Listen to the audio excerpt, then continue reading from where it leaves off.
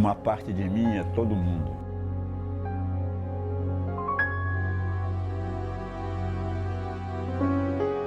Outra parte é ninguém, fundo sem fundo.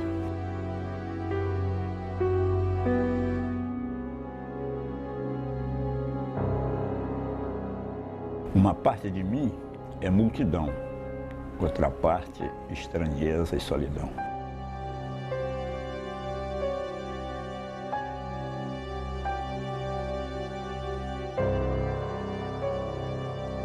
Uma parte de mim pesa, pondera.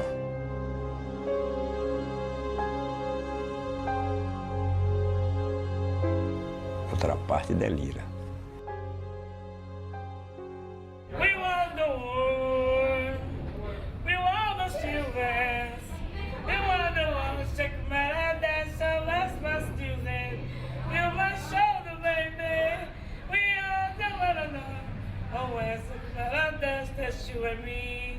A loucura muitas vezes é a única saída do indivíduo de uma situação de um estresse profundo, de uma dificuldade de lidar com os seus problemas internos e com os problemas externos, né, do cotidiano. E a loucura muitas vezes é o sofrimento. Ninguém tem culpa de ter câncer, de ter diabetes, de ter qualquer outra doença, como também de ter um transtorno mental. Na minha casa, minha família não está nem aí. Aqui eu tomo remédio, Não, eles estão me internando. Como o cérebro produz pensamento, então o distúrbio fica mental. O rim, o distúrbio é urinário. Agora, no cérebro é mental. Qual é o problema? É o pensamento que fica torto. Então, qual é o problema? Não tem problema nenhum. Tem que tratar objetivamente as coisas. Nós estamos o tempo inteiro nos mapeando ou nos vigiando para ver se o nosso comportamento está adequado para aquela determinada situação. E de vez em quando, quando isso é perdido, aí é que vem a situação de loucura. É isso que define o enlouquecer. Realmente, eu descobri que o nosso cérebro é rico, pois você pode desenvolver. Se você não tem uma saída no mundo, você vai achar. Porque você pode desenvolver um desenho para sua camisa.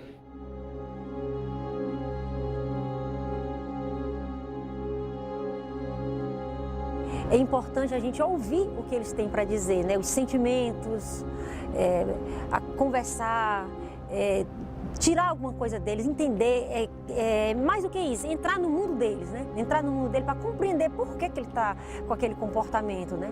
Eu vejo a saúde mental como uma fortaleza. O bem e o mal tem que estar junto.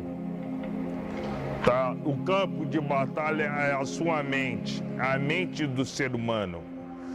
E o ser humano não está satisfeito com o outro. Sempre ele vê problema. E ele acha problema em qualquer situação. Então, o caso do Damião foi o primeiro que foi para a Comissão Interamericana de Direitos Humanos, da OEA, e também para a Corte Interamericana de Direitos Humanos, e o primeiro também que foi condenado. Foi o primeiro que chegou e foi a primeira condenação do Brasil nesta área, né, de direitos humanos. Mas ele disse que lá dentro não era bom, que lá dentro tinha violência, que eles batiam, que eles amarravam. Então eu não acreditei nisso, eu disse amarrar, pegar, amarrar, bater.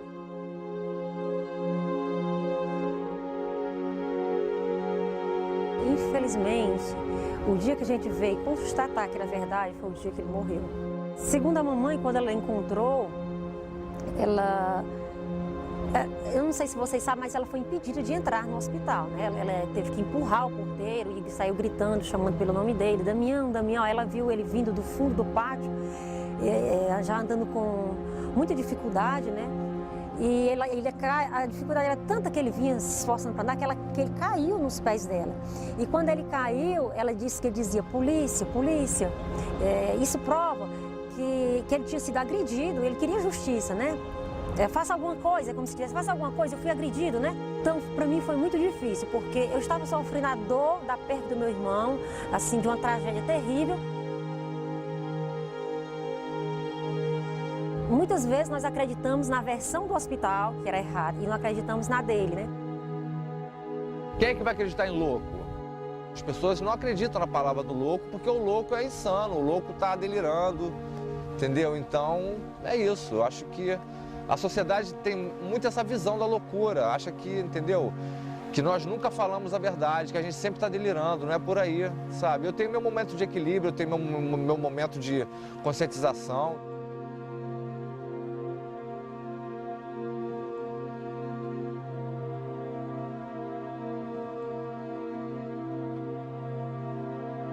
Meu nome é Alexandre Belagamba, sou portador de transtorno bipolar. Teve uma certa vez que eu estava internado no manicômio e eu estava,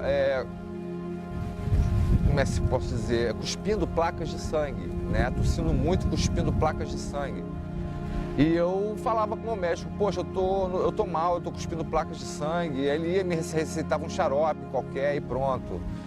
Aí eu falei assim, poxa, você não acredita em mim? Eu falei assim, não, tudo bem, isso é só uma tossezinha de leve. Se você tem dúvida, você tem que investigar se de fato é delirante ou não é delirante. Entra na minha casa, entra na minha vida, mas se for minha estrutura, sara todas as feridas. Eu fiquei sendo internado em manicômios várias vezes até 96 mais ou menos. Antigamente as pessoas já achavam assim, quem é louco tem que ser internado, tem que ser isolado. E nunca analisou o sentimento dessa pessoa, que essa pessoa tem sentimento, né? Ela tem desejo, ela tem sonhos. Tem vários movimentos hoje em prol desta luta, mas a gente não vê ainda o manicômio sendo extinto, que é o que nós queremos, que este manicômio venha acabar, venha ser substituído pelos CAPs, que são o tratamento mais humanizado, um tratamento que não exclui o paciente.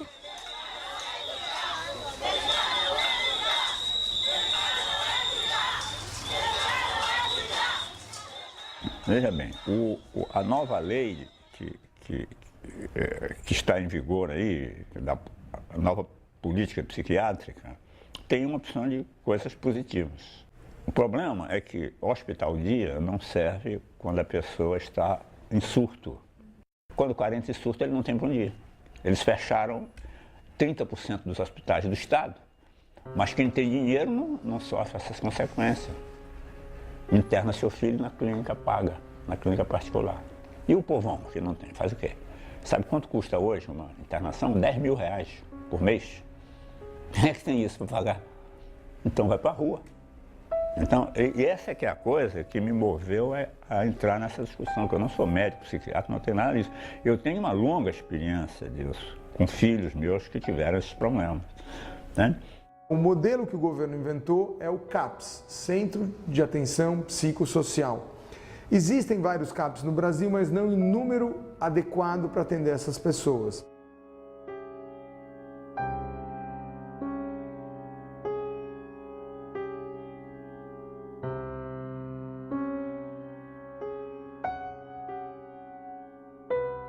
Entendeu? O importante do tratamento é isso, não é só cuidar da cabeça do paciente, não. É cuidar também da sociabilização desse paciente. Cristiano, Luiz e Valdemir. Porque mesmo esses centros que são a iniciativa correta, são muito poucos. Você está compreendendo? São muito poucos, mesmo as pessoas que podem, que estão em condição de se tratar ali, que não estão surtadas, não dá conta. É um número reduzido, tem estados que não tem nada disso, cidades inteiras que não tem nada disso. Você está compreendendo?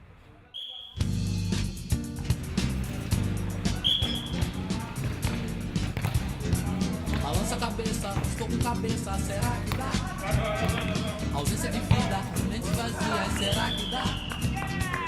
A saúde mental tem que ser tratada por vários aspectos, não só pela questão científica, medicamentosa, nem psiquiátrica. Tem que ver o psique, tem que ver a sua o seu cognitivo. Os pais têm que participar também de terapias de família, terapia em grupo, para poder entender o que se passa com o seu filho ou com o seu parente, entendeu? Eu acho importante isso. Eu pedi à minha mãe que viesse no hospital para mim conversar com o médico. Eu expliquei para o médico que não havia cabimento eu ficar em casa dando um maior trabalho para minha família. E que tinha criança pequena, que estava ainda crescendo e que ia ficar todo mundo doido em casa, né? Aí ele resolveu me internar, eu pedi que ele, eu cheguei a uma conclusão, falei, doutor, o mundo lá fora acabou, agora o mundo é aqui dentro.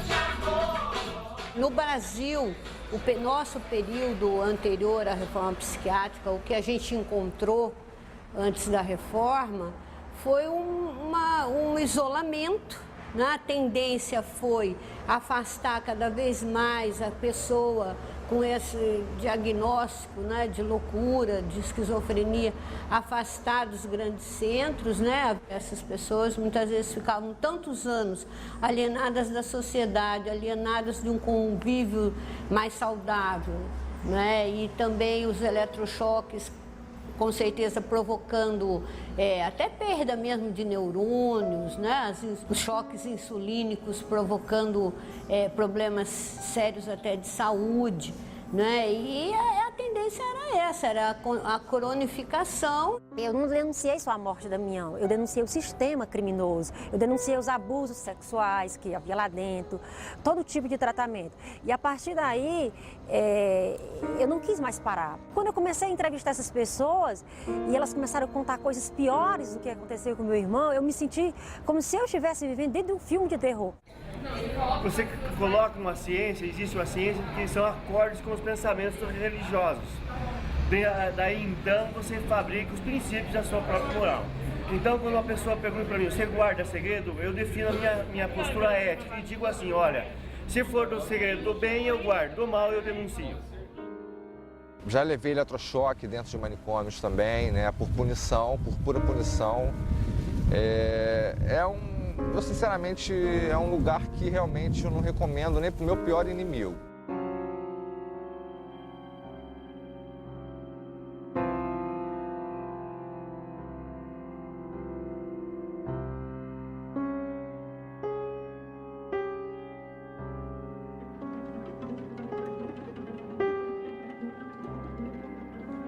Quando você não tem uma equipe multiprofissional para você fazer psicoterapia, fazer várias outras atividades, né? Quando você não tem esse respaldo, você fica alienado à medicação e ao psiquiatra. É bem importante notar que mesmo alguém que tem esquizofrenia, que tem fases delirantes, fases e momentos delirantes, isso não significa que isso se estende para a vida toda dessa pessoa. Por isso que a gente tem que ser muito efetivo ao longo do tratamento para que as pessoas não tenham novos episódios. Quanto mais episódios, maior a chance de cronificar. Então, a dificuldade na cronificação é a falta de vontade para engajar em atividades que sejam interessantes para ela mesma, tanto prazerosas de lazer, quanto de trabalho ou estudo, e a tomada de medicação e a organização de uma rotina que seja interessante para aquele indivíduo. Hoje há muito espaço para loucura na sociedade, mas não há espaço para o louco. Quando eu não estou em surto, eu não sou louco, eu sou um cara normal, como você está me vendo aqui, conversando normalmente. Quando eu estou em surto, aí sim eu sou louco, eu estou louco. A sensação de que a gente não controla os nossos comportamentos é muito angustiante. E essa é a base do estigma, porque como ela é muito angustiante, a gente sempre diz que o louco é o outro, não somos nós. Então a gente considera louco aquele que tem um comportamento anormal, fora do que é esperado para todos.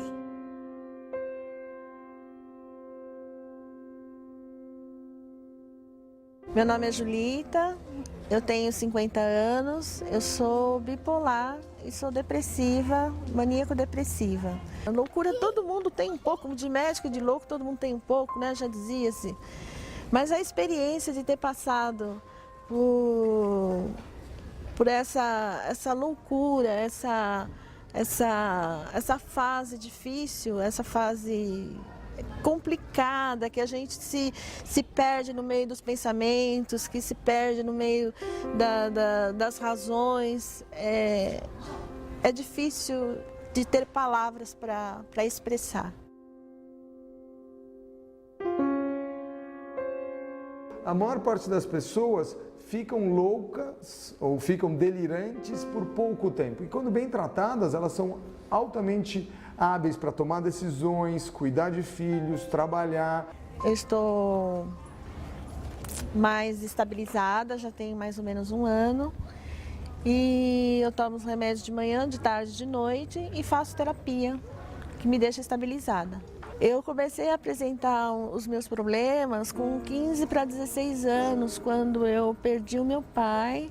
A minha reação, quando eu descobri isso, né, que eu era bipolar, que eu era depressiva, foi a de revolta.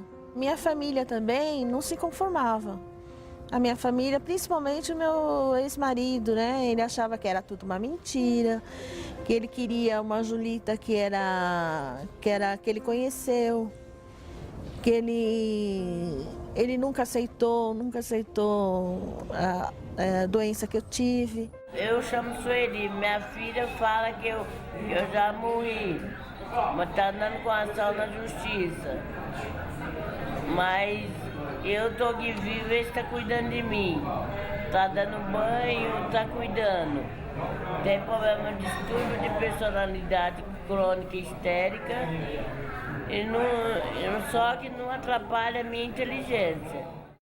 A postura que as pessoas têm em frente à doença, em geral, é de medo e preconceito. Quem não conhece, quanto menos você conhece, mais preconceito. A origem do preconceito e do estigma está no desconhecimento. Na verdade, falta solidariedade. Se você criar centros de solidariedade e tal, tá vendo? Tem gente que não dá nem remédio para o paciente, porque acha que é desnecessário, não existe doença mental. Eu vejo que tem muito preconceito. Obviamente, o preconceito e o estigma pioram a vida das pessoas. Por quê? Porque no momento que alguém vai pedir um emprego e fala, eu tenho esquizofrenia, a pessoa fala, não, gente com esquizofrenia é louco e vai atrapalhar a minha empresa. Então, não vai ser aceito.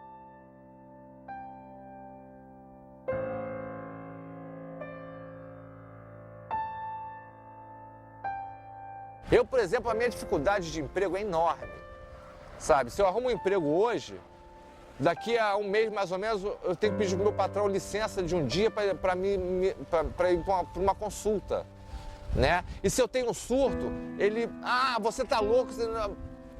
sabe? Vai embora e acabou, entendeu? Eu era uma pessoa sã, com a sanidade lá em cima. Eu tive que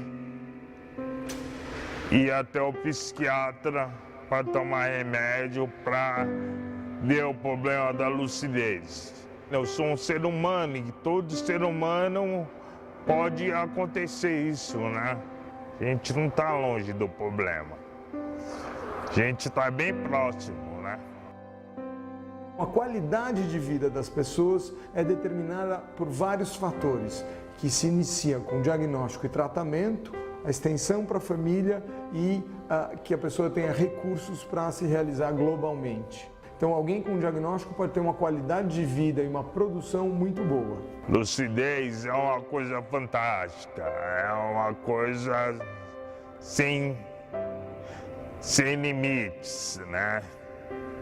Eu acho uma coisa boa. De vez em quando eu caio em tentação, mas é uma coisa ótima. É necessário que essa experiência possa ser canalizada, possa ser vivenciada de uma maneira criativa, de uma maneira, vamos dizer, até positiva, né? No sentido de melhorar a autoestima dessa pessoa. Se eu tivesse o conhecimento que hoje eu tenho, depois de tudo que eu vivi, da experiência que passei, de pesquisar todo tipo de transtorno mental, naquela época eu já teria me esforçado para ajudar. São as próprias pessoas que se curam, né? E vivenciam um caminho de cura. Antes de tudo, quando eu paro para me fazer o meu trabalho, eu tenho que marcar a natureza positiva. O que é a natureza positiva? É chamar a atenção e chamar aquela força de vontade que eu também vou fazer, de todo mundo. Eu também vou fazer, eu também vou criar, eu vou escrever um livro bom. O louco, aquele que está vivendo essa experiência da loucura, né? É um ser cindido, é um ser sofrido, é um ser principalmente sensível, criativo. Loucura, para mim, hoje não tem nome. O que é loucura para você? Eu sei viver com as minhas loucuras. É muito fácil a gente vir aqui e julgar o outro, o próximo. Mas é difícil a gente aceitar. Eu sou bipolar, mas eu sou lúcida. Às vezes o tico não bate com o teco, mas eu sou lúcida. Eu consigo saber das coisas, ter entendimento. E eu estou tranquila, eu estou estabilizada, porque eu tomo remédio, eu faço tratamento. Então é isso que vale, fazer tratamento, tomar remédio. Ninguém percebe que eu tenho transtorno mental. Ninguém percebe, porque eu sou lúcida. Aos olhos de todo mundo, eu sou lúcida. Porque eu transparencio isso, porque eu vivo isso.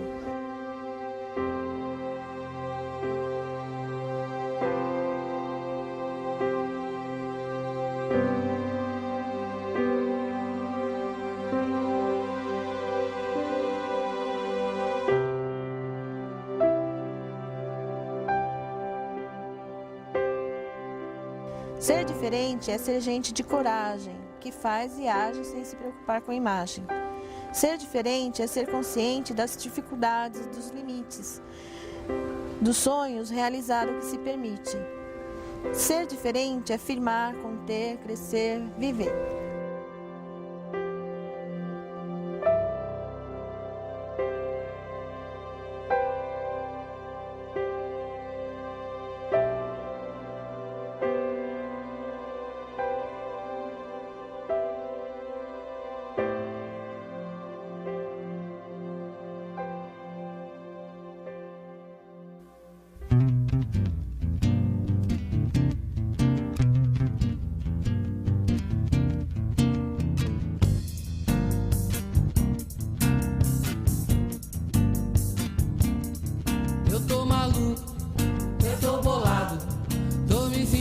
Cada vez descontrolado, minha cabeça já não me aguenta. Na realidade eu preciso é de assistência. Eu tô maluco, eu tô bolado, tô me sentindo cada vez descontrolado. Minha cabeça